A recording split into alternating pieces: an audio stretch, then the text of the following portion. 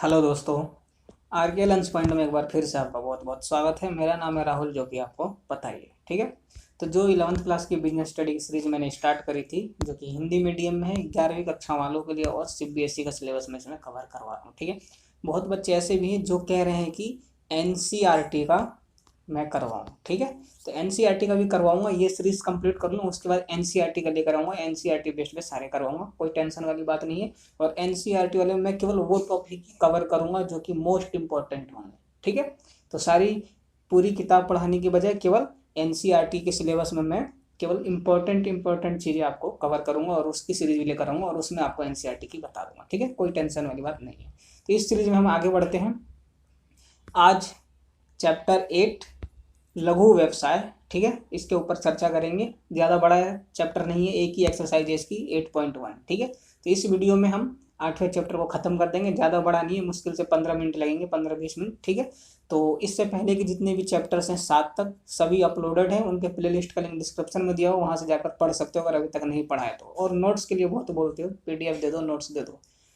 Description में link दिया हुआ है, वहाँ से हमारे टेलीग्राम चैनल को ज्वाइन कर लो। वहाँ पे आपको और भी जो भी लेटेस्ट इन्फॉर्मेशन होती है वो वहाँ पे मिल जाएगी। और केवल पीडीएफ डाउनलोड करने हैं, नोट्स लेने हैं, तो उसका लिंक भी डिस्क्रिप्शन में दिया हुआ है, वहाँ से जाकर आप नोट्स डाउनलोड कर सकते हो। और चाहते हो कि लंबे समय तक हमारे साथ बने रहो तो चैनल को सब्सक्राइब कर लेना और टेलीग्राम चैनल को भी ज्वाइन कर लेना। वहाँ पर आपको हर एक चीज़ की क्या मिलती रहेगी, इन्फॉर्मेशन मिलती रहेगी, और आप मेरे से कुछ भी पूछ सकते हो कभी भी, ठीक है, टेलीग्राम पर, ठीक है। तो टेलीग्राम को भी ज्वाइन कर लेना। तो चलिए वीडियो को स्टार्ट करते हैं और आज इस चैप्टर को यहीं समाप्त कर देंगे।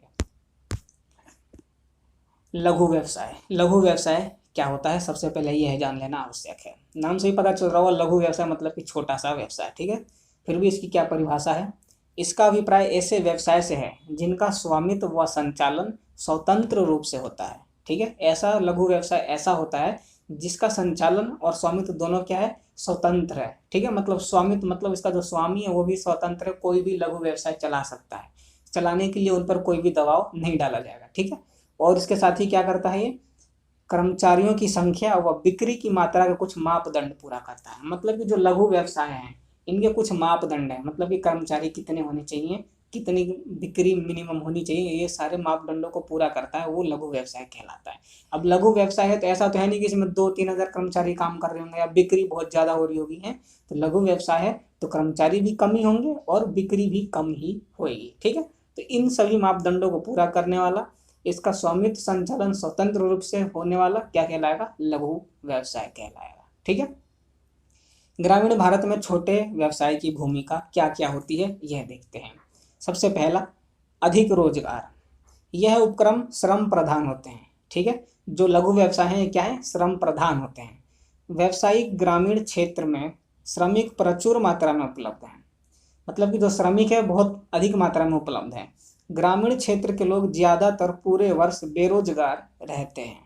छोटे व्यवसाय रोजगार उपलब्ध करवाने में सहायक है। जो भारत का ग्रामीण क्षेत्र है, पिछड़ा हुआ क्षेत्र है, वहाँ पे क्या है कि बेरोजगार बहुत ज्यादा बहुत अधिक मात्रा में पाए जाते हैं। क्यों, क्योंकि वहाँ पर उनको मौसमी रोजगार उपलब्ध हो पाते हैं। कौन से, मौसमी रोजगार उपलब्ध हो पाते हैं। अब मौसमी रोजगार क्या होता है, मतलब कि उन रोजगारों का मौसम होता है, टाइम होता है। जैसे कि खेती की जब टाइमिंग होगी, धान गेहूँ काटना व बोना होगा तो उनको वहाँ पर रोजगार मिलता है, और जैसे ही ये काम खत्म तो क्या होते हैं, वो बेरोजगार हो जाते हैं। तो इसको हम मौसमी रोजगार या मौसमी बेरोजगार कहते हैं, ठीक है। तो ऐसे में जो छोटे व्यवसाय होते हैं, लघु व्यवसाय होते हैं, वो इनको रोजगार उपलब्ध कराते हैं, ठीक है, पहली बात। दूसरी, आर्थिक मजबूती। लघु व्यवसाय ग्रामीण क्षेत्रों को 2 प्रकार से आर्थिक मजबूती प्रदान करती है। जो एक छोटे व्यवसाय हैं वो ग्रामीणों को आर्थिक मजबूती भी प्रदान करती हैं, आर्थिक रूप से भी ग्रामीण क्या होते हैं, मजबूत होने लगते हैं। किन की वजह से, लघु व्यवसाय की वजह से। पहला क्या है, लघु व्यवसाय जब किसी क्षेत्र में लगता है तो वो क्या करता है, गांव को भी सपोर्ट करता है, वहाँ की आर्थिक स्थिति सही होने लगती है। और दूसरा तो वो रोजगार देता ही है। तो इन 2 तरीकों से क्या करता है लघु व्यवसाय, किसी भी जहां भी वो मतलब कि स्थापित हो रहा है, जहां भी वो स्टार्ट हो रहा है, वहां के आर्थिक स्थिति को क्या करता है, मजबूत करता है, ठीक है। आगे बढ़ते हैं। कारीगरों को अवसर। ग्रामीण क्षेत्रों में अन्य कारीगर पाए जाते हैं। कारीगरों की कला अद्भुत होती है। लघु व्यवसाय उन्हें अवसर प्रदान करते हैं कि वह अपने कला को प्रदर्शित कर सकें। अब जो गांव में होते हैं बहुत सारे कारीगर होते हैं, ठीक है। लेकिन उनके पास रोजगार नहीं होता, क्योंकि जो ज़्यादातर कारीगर होते हैं उनके पास कोई सर्टिफिकेट नहीं होता, कोई प्रमाण पत्र नहीं होता, क्योंकि वो सीखते हैं कारीगर अपने जिससे भी पूर्वज वगैरह जिससे भी सीखते हैं, काम करके सीखते हैं, तो वो एक कारीगर बन जाते हैं, लेकिन उनके पास कोई प्रमाण पत्र नहीं होता, ठीक है। इसलिए उनको कहीं भी रोजगार भी नहीं मिलती। लेकिन जो लघु व्यवसाय होते हैं वो जब किसी क्षेत्र में लगता है तो वहाँ के कारीगरों को भी ये अवसर देते हैं कि वो उनके साथ जुड़ के अपने अवसर को लाभ उठाएं, जो अवसर दे जा रहे हैं उनको उनका लाभ उठाएं, और एक तरीके से रोजगार भी वो उनको दे रहे हैं। तो क्या होता है, इनसे जो कारीगर बेरोजगार बैठे रहते हैं उनको यहाँ पर उनको अवसर मिलता है कि वो अपने हुनर को दिखा पाए और रोजगार भी प्राप्त करें, ठीक है। अगला है जीवन स्तर में सुधार। छोटे व्यवसायों के गांव व आसपास के क्षेत्र में स्थापित होने से ग्रामीणों को अनेक सुविधाएं प्राप्त होती हैं, जिनसे उनके जीवन स्तर में सुधार होता है। जो ग्रामीण क्षेत्र होते हैं वो पिछड़े होते हैं ज़्यादातर, उनके पास ज़्यादा कोई संसाधन नहीं होती, सुविधाएं नहीं होती, ठीक है। अब तो खैर गाँवों में कूलर पहुँच गए हैं, नहीं तो पहले कूलर भी नहीं होती थी, गर्मी में ऐसे ही सड़ते थे गर्मी में। तो लेकिन जो लघु व्यवसाय हैं छोटे छोटे, जब ग्रामीण स्थानों पर क्या होते हैं स्थापित होते हैं, तो वहाँ पे वो सुविधाएं उपलब्ध कराते हैं, सेवाएं देते हैं, जिससे कि वहाँ पर थोड़ी सी बेहतर सुविधा उपलब्ध होने लगती है, ठीक है। अगला है स्थानीय संसाधनों का बेहतर उपयोग। ग्रामीण क्षेत्रों में श्रमिक, बंजर भूमि, कच्चा माल आदि ऐसे संसाधन हैं जो या तो बेकार पड़े रहते हैं या उनका कम उपयोग हो पाता है।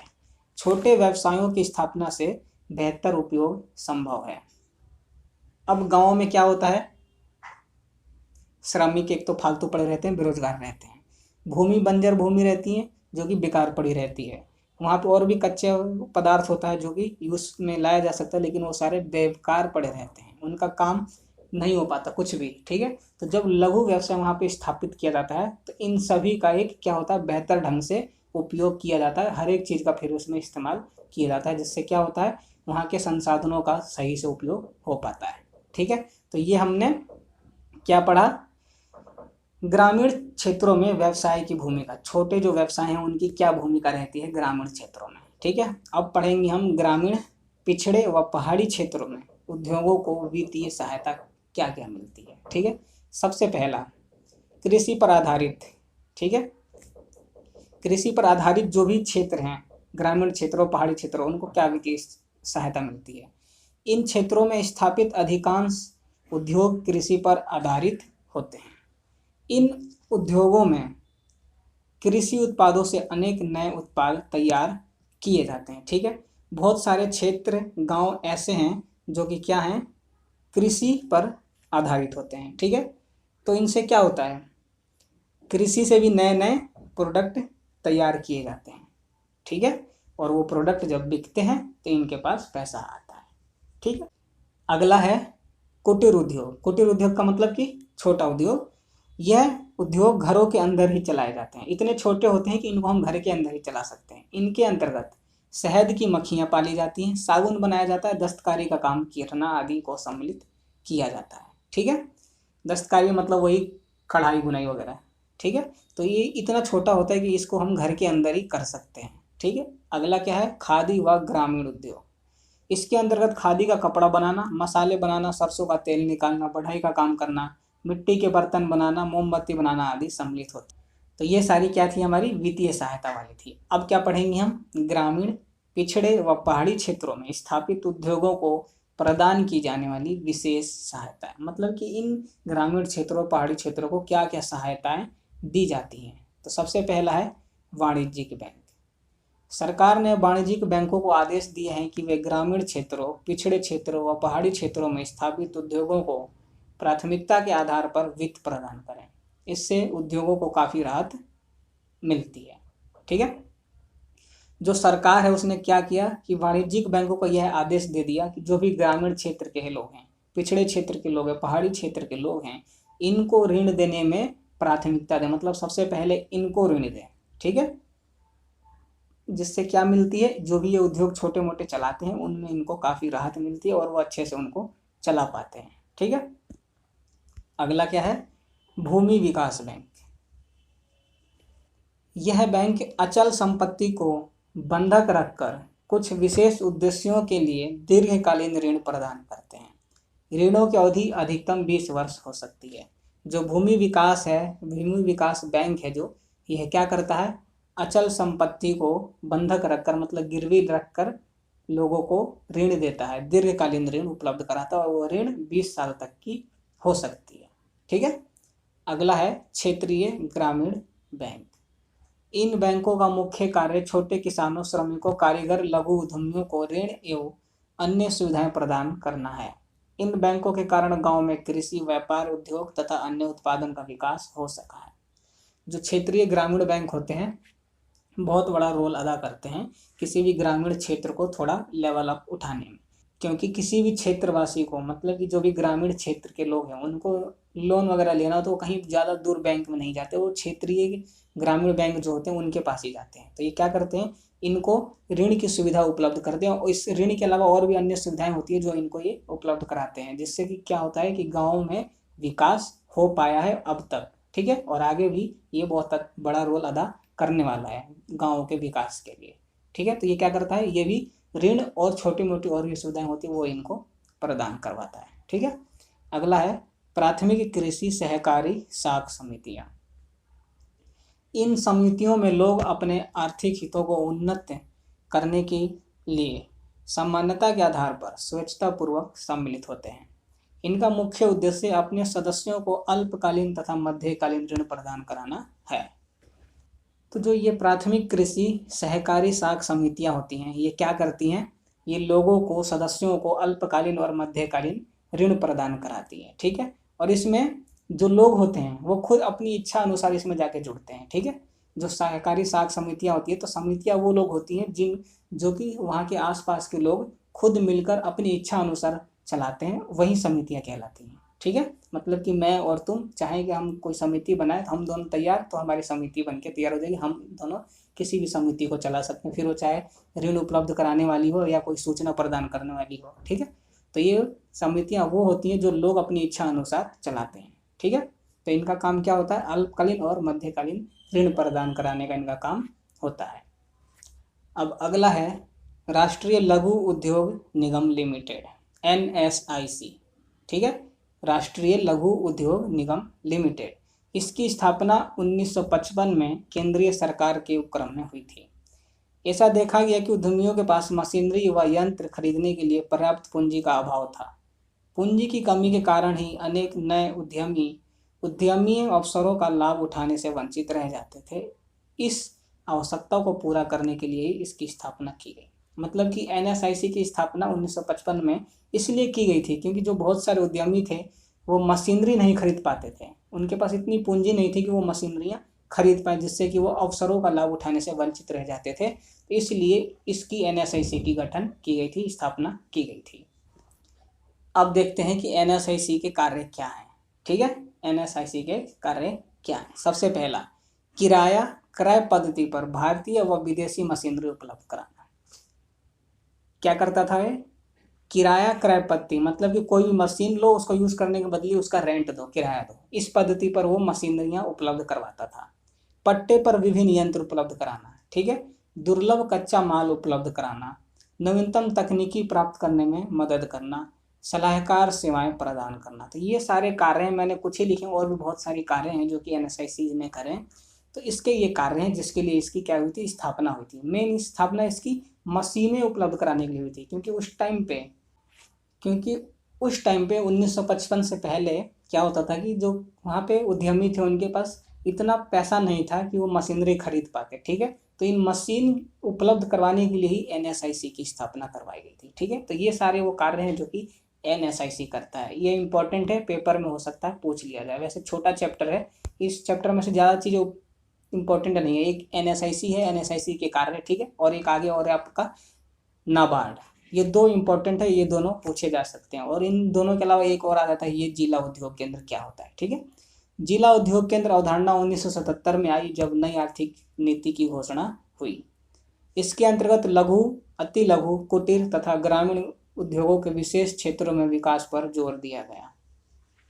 जिला उद्योग केंद्र की स्थापना का मुख्य उद्देश्य सभी आवश्यक सुविधाओं को एक ही स्थान पर उपलब्ध कराना है। जिला उद्योग केंद्र इसलिए स्थापित हुई कि जो भी ग्रामीण वासियों की, चाहे लघु हो, छोटी हो, कुटीर हो, जो भी हो, इनमें जो विकास करना था, इनके विकास करने के लिए जो भी हमें सुविधाएं उपलब्ध करानी थी वो सभी के सभी एक स्थान पर ही उपलब्ध हो जाएं। इस वजह से जिला उद्योग केंद्र की हमने क्या की थी, 1977 में इसकी स्थापना हुई थी।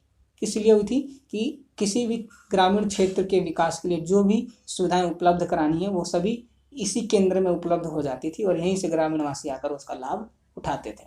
ठीक है, अब आगे चलते हैं और देख लेते हैं इसके कार्य। जिला उद्योग केंद्र के कार्य। जिले में औद्योगिकीकरण के मुख्य बिंदु के रूप में काम करना है। जो ये जिला उद्योग केंद्र है क्या करता था, जिले में औद्योगिकीकरण के मुख्य बिंदु के रूप में काम करता था। ठीक है, अगला है लघु स्तरीय औद्योगिक इकाइयों की स्थापना के लिए प्रोजेक्ट व उद्यमियों की पहचान करना। मतलब कि गांव में जो भी छोटे स्तर की इकाइयां स्थापित होने वाली हैं, औद्योगिक इकाइयां स्थापित होने वाली हैं, मतलब कि कोई यहाँ पे कंपनी आने वाली है कोई छोटी मोटी, तो उसके लिए प्रोजेक्ट और उद्यमियों की पहचान भी क्या करता था, यही करता था। ठीक है, लघु स्तरीय औद्योगिक इकाइयों को स्थायी पंजीकरण प्रमाण पत्र जारी करने का काम भी यही करता था। अगला है लघु स्तरीय औद्योगिक इकाइयों को ऋण, कार्यशेड तथा कच्चा माल उपलब्ध कराना। किसी भी औद्योगिक इकाई जो स्थापित हो रही है उसके लिए ऋण, कार्यशेड, कच्चा माल, इन सभी की क्या करता था, जिम्मेदारी लेता था, यही इनको ये उपलब्ध करवा कर देता था। अगला है लघु स्तरीय औद्योगिक इकाइयों को विवरण सहायता उपलब्ध करना। जो लघु स्तर की औद्योगिक जो भी इकाई स्थापित होने वाली है उसके लिए विवरण सहायता भी यही उपलब्ध कराता था। जिले के उद्यमियों तथा मुख्य बैंक में संबंध स्थापित कर, जिले का जो उद्यमी है और जो मुख्य बैंक है इन दोनों में संबंध स्थापित कर देना, ताकि जो भी कार्य हो ये आपस में मिलकर कार्य कर लें, बीच में बार बार इसको डिस्टरबेंस ना करना पड़े। ठीक है, और लास्ट है शिक्षित बेरोजगारों के लिए सरकारी सहायता प्राप्त स्कीमों को लागू करना। मतलब जो सरकारी बेरोजगार, मतलब सरकारी जो स्कीम्स लागू होती हैं उन लोगों के लिए जो कि शिक्षित हैं लेकिन बेरोजगार हैं, तो उन स्कीमों को लागू करना और उनका लाभ उन तक पहुंचाने का कार्य भी कौन करता था, जिला उद्योग केंद्र करता था। ये सारे कार्य एक पंचायत भी करती है, आपको पता होगा, तो हर गांव का एक पंचायत होता है, पंचायत भी यह कार्य करती है। ठीक है, जिला उद्योग केंद्र का भी कार्य यही है और पंचायत के भी लगभग सेम मिलते जुलते हैं। पंचायत एक वेब सीरीज भी है, अगर उन्हें नहीं देखा तो उसे देखो, पता लग जाएगा उसमें क्या क्या कार्य होते हैं पंचायत के। ठीक है, लगभग यही होते हैं सारे। ठीक है, तो अब हम आगे बढ़ते हैं। अब है ये सिडबी। इस बैंक का मुख्य उद्देश्य लघु उद्योगों को वित्तीय तथा गैर वित्तीय सहायता प्राप्त मात्रा में उपलब्ध कराना है। तो जो सिडबी है यह एक बैंक है। ठीक है, और इसका मुख्य उद्देश्य क्या है, लघु उद्योगों को वित्तीय और तथा जो गैर वित्तीय सहायताएं हैं दोनों ही उपलब्ध कराना इसका कार्य है।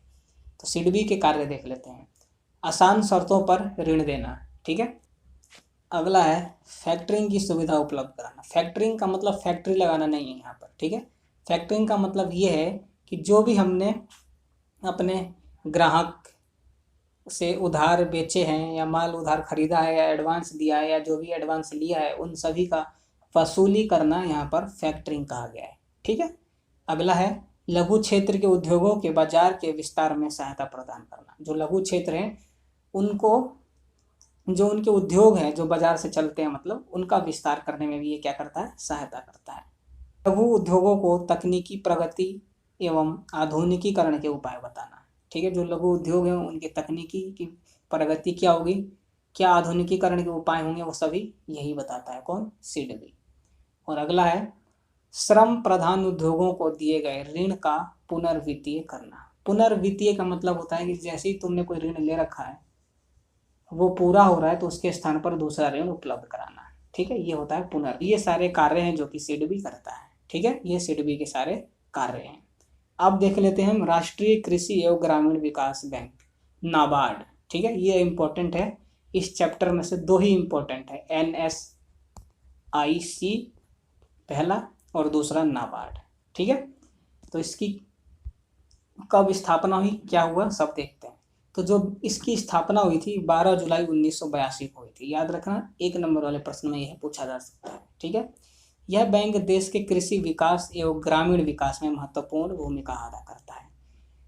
नाबार्ड की स्थापना 12 जुलाई 1982 को हुई थी। यह देश के कृषि विकास और ग्रामीण विकास में क्या करता है, सहायता करता है, भूमिका अदा करता है। क्या है इसके कार्य, देख लेते हैं। नाबार्ड के कार्य, इसका सबसे पहला कार्य कृषि, लघु तथा कुटीर उद्योगों, हस्तकला तथा ग्रामीण विकास आदि के लिए दिए गए ऋणों का पुनर्वित्त करना है। पुनर्वित्त का मतलब भी सेम वही है, रीफाइनेंसिंग करना है। एक लोन खत्म होते ही दूसरा लोन दिलवा दो, या एक लोन के बदले दूसरा लोन दिलवा देना पुनर्वित्त कहलाता है, रीफाइनेंसिंग कहलाता है। अगला कार्य है क्या है इसका, नाबार्ड क्षेत्रीय ग्रामीण बैंकों के निरीक्षण तथा उनके पुनर्वित्त और विकास कार्य भी करता है। जो नाबार्ड है वो जो ग्रामीण क्षेत्र होते हैं, ग्रामीण क्षेत्र के जो बैंक होते हैं उसका निरीक्षण भी करता है, उनके लिए पुनर्वित्त का कार्य और उनके लिए उनके विकास का कार्य भी कौन करता है, नाबार्ड करता है। ठीक है। अगला है देश के कृषि तथा लघु उद्योगों के विकास से संबंधित प्रोजेक्ट्स को प्राप्त होने वाली वित्तीय विदेशी सहायता नाबार्ड द्वारा दी ही जाती है। जो देश के कृषि तथा लघु उद्योग के विकास से संबंधित जो भी प्रोजेक्ट्स जो भी प्राप्त होने वाली होती हैं, मतलब कि कृषि विकास या जो लघु उद्योग विकास है, इनके विकास के लिए कोई भी अगर कोई प्रोजेक्ट आने वाला होता है तो उस प्रोजेक्ट को नाबार्ड द्वारा दिया जाता है। मतलब कि वह प्रोजेक्ट नाबार्ड के पास आता है, नाबार्ड क्या करता है, इन क्षेत्रों तक पहुंचाता है। ठीक है। यह बैंक ऐसे उपाय करता है जिनके फलस्वरूप संस्थागत ग्रामीण साख संरचना को मजबूत किया जा सके। यह बैंक स्वीकृत संस्थाओं को साख प्रदान करता है। यह ऐसे उपाय करता है जिससे कि ग्रामीण साख संरचना में मजबूती बनी रहे और साथ ही यह साख भी प्रदान करने का कार्य करता है। ठीक है। यह बैंक संस्थाओं को प्राकृतिक आपदाओं, सैनिक गतिविधियों, युद्ध आदि आपातकालीन स्थितियों में उत्पादन साख के लिए सस्ते ऋण प्रदान करता है। ठीक है। अगर कोई प्राकृतिक आपदा आ जाती है, आपातकालीन कोई स्थिति आ जाती है, तो उस टाइम पे यह उत्पादन के साख के लिए भी ऋण प्रदान करता है। ठीक है। यह भारत सरकार तथा रिजर्व बैंक को ग्रामीण विकास के क्षेत्र में सहायता देता है। जो नाबार्ड है भारत सरकार की तो सहायता करता ही है, साथ में रिजर्व बैंक की भी सहायता करता है। कैसे, भारत सरकार या रिजर्व बैंक को ग्रामीण विकास से संबंधित जो भी सूचनाएं लेनी होती हैं वो सीधा नाबार्ड से लेता है, क्योंकि नाबार्ड को गांव के जो भी क्षेत्र हैं उन सभी के बारे में नाबार्ड के पास सारी जानकारी रहती है। ठीक है। क्योंकि यही उनके ऊपर निरीक्षण करता है, उनके ऊपर सारी जो भी करनी होती है निरीक्षण और जो भी गतिविधियां करनी होती है वो सारी नाबार्ड के द्वारा की जाती हैं। तो इसलिए ये भारत सरकार की भी सहायता करता है और रिजर्व बैंक की भी सहायता करता है। तो ये हमने यहाँ पर नाबार्ड पढ़ लिया। मोस्ट इम्पॉर्टेंट दो चीज़ मैंने बताई, ये एक्सरसाइज यहीं पर समाप्त होती है। ठीक है। जो मोस्ट इम्पॉर्टेंट दो चीज़ मैंने बताई इस चैप्टर से, पहला है NSIC, ठीक है, और दूसरा है नाबार्ड। दूसरा क्या है, नाबार्ड। ये दो हैं इस चैप्टर से इम्पोर्टेंट, पेपर में इन दोनों के बारे में ही पूछा जाएगा। इस चैप्टर से और कोई चीज़ इम्पोर्टेंट नहीं है जो पेपर में पूछी जा सके। ठीक है। तो ये दोनों मोस्ट इम्पोर्टेंट है इस चैप्टर से, इस बात को ध्यान में रखना और अच्छे से पढ़ लेना। अगर कुछ समझ में नहीं आया हो तो नीचे कमेंट कर देना जिससे पता चल सके, और हमारे टेलीग्राम चैनल को ज्वाइन कर लो। कोई भी कन्फ्यूजन हो तो वहाँ पे इंस्टेंटली उसका सोल्यूशन पा सकते हो। अगर अभी तक हमारे चैनल को तुमने सब्सक्राइब नहीं किया तो सब्सक्राइब करो, बेल आइकन को ऑल पर सेट कर लेना ताकि नोटिफिकेशन से मिस ना रहो, और कमेंट करके बता देना कि क्या समझ में आया, नहीं आया, आ भी रहा है समझ में या नहीं आ रहा है। वीडियो अच्छी लगे तो लाइक कर देना और अपने दोस्तों के साथ भी शेयर करना जो कि बिजनेस स्टडी को पढ़ना चाहते हैं हिंदी मीडियम में।